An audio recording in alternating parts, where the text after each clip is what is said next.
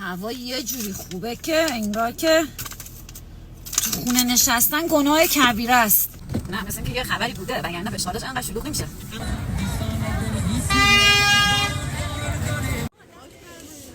نمایشگاه هنوز دایره. عشق میکنم میبینم این خانم‌ها اینجوری زحمت میکشن. بوی غذا همه جا پیچیده. داریم همینجوری دور می‌زنیم انتخاب کنیم چی بخوریم. اینجا خیلی قشنگه نه؟ آب راست.